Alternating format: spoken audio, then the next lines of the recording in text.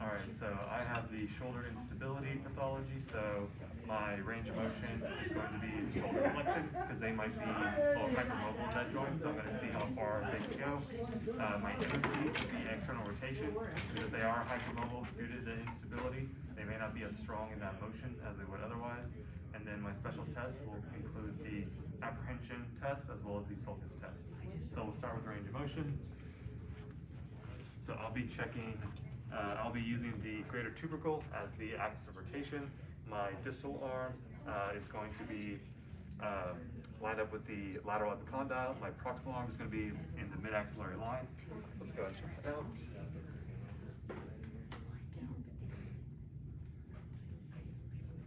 All right, Aaron, go ahead and bring that arm as far as you can up over your head.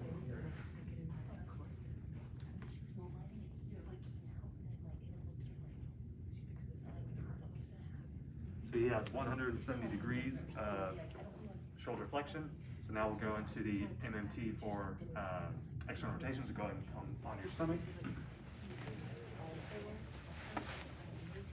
And then of course I would measure bilaterally, and we'll do the MMT bilaterally. So we'll put this underneath his arm here. All right, Aaron, so what I would like you to do is bring your hand up towards the ceiling. Show me that you can do that motion. Very good, so you can go against gravity, so that's at least a 3. Now I'm going to provide resistance. So go ahead and hold this position, don't let me push you down. So he broke pretty easily under my resistance, so that would be a 3 out of 5, and we'll test the other side as well.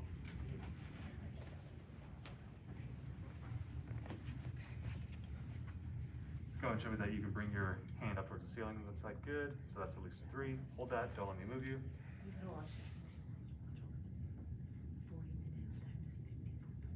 And again, he broke pretty easily under pressure, so that'd be a 3 out of 5. So for the special test, you can go ahead and sit up. Sit on the edge of the table for me. Actually, sorry, come onto your back first. I know I have you flip-flopping around. So for the apprehension test, I'm going to bring his arm into 90 degrees of abduction, and then I'm going to gently provide overpressure into external rotation, and I'm going to be looking for any signs of apprehension or pain. Oh, I don't like that. He doesn't like that, so I'm going to provide a posterior force to the humeral head and assess for symptoms. Does that feel better? Oh, it does. So that would be a positive test for the apprehension test. And now I'll have you sit up on the edge of the table for me.